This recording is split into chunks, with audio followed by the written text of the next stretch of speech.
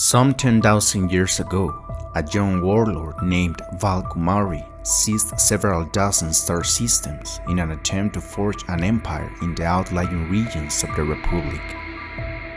His fleet was surprisingly effective thanks to the Kumauri Battleship, a revolutionary capital ship developed in the outer systems and modestly named after the young woolly emperor. The Galactic Republic was no stranger to seeing the rise of warlords throughout history. Knowing the danger of these figures, sooner or later they were going to have to run into Vall and his growing empire. Without a doubt, the special thing about the Kumauri Empire was the fleet of ships that made up its army. As said before, the Kumauri Battleship, technically speaking the last series in the line, the Kal-class battleship, which was a terror in its day. The Kal-class battleship are enormous warships 3,000 meters long, with weapons or turbo lasers for ship-to-ship combat, but the terror they produced of dozens of wars was due to their main weapon. A huge mass drivers that slung over the main hull.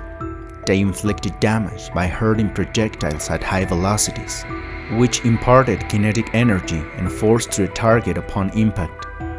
So, the damage was a result of the mass of the projectile and its velocity. This weapon tracked their asteroids and other space debris into the rear end of the huge armor cylinder and shot them at tremendous speeds out of the cannon at the front. In this era, shield technology was unable to stop this type of weapon. A well-aimed small asteroid could level an entire city, while a large asteroid could completely upset the ecological balance of a planet. The planetary atmospheres are excellent insulators and defenses in their own right.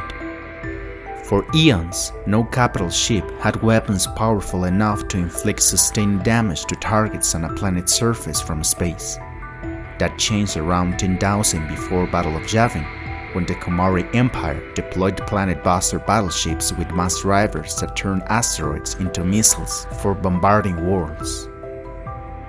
For the army of the Republic, the confrontation against Vall and his fleet was a short event.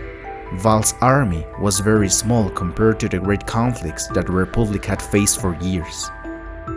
The battle, which saw the participation of Kumauri's flagship, was eventually depicted in a fresco located in a Kumauri Empire palace on an outer rim territory's moon.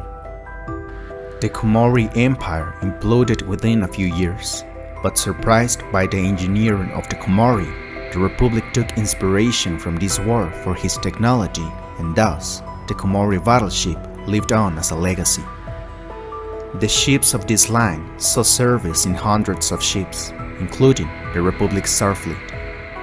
Only when planetary shielding became practical and widespread was the Kal-class warship rendered obsolete as a terror weapon.